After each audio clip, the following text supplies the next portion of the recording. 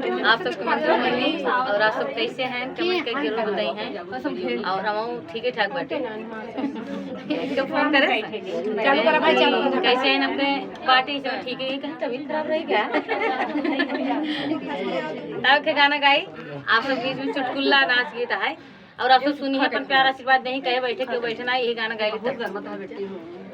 कि बिना गुण के में हरिया पाले पड़ी, बिना गुण के में हरिया पाले पड़ी, पाले पड़ी हो पाले पड़ी हो पाले पड़ी हो पाले पड़ी, बिना गुण के में हरिया पाले पड़ी, बिना गुण के में हरिया पाले पड़ी।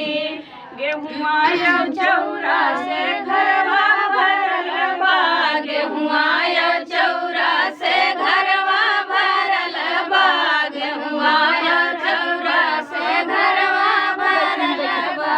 सरसों के भुजावे चली, बिना गुण के में हरिया पाले पड़ी, बिना गुण के में हरिया पाले पड़ी हो पाले पड़ी हो पाले पड़ी हो पाले पड़ी, बिना गुण के में हरिया पाले पड़ी। हसिया खुरपा से घरवा भरल बा, हसिया खुरपा से घरवा भरल बा, हसिया खुरपा से घरवा भरल बा, घरवा भरल बा हो घरवा भरल बा।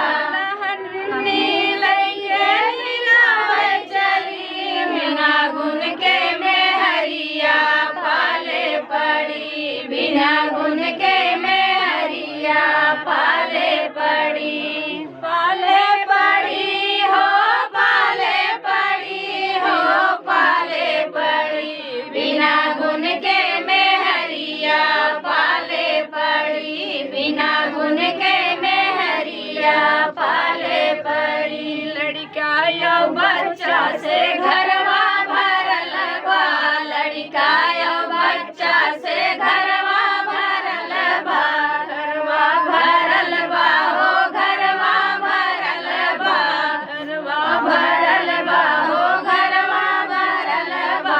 कुकुरे के बेला खिलावे चली, बिना गुण के में हरिया पाले पड़ी, बिना गुण के में हरिया पाले पड़ी। हाँ पाले पड़ी हो पाले पड़ी हो पाले पड़ी, बिना गुण के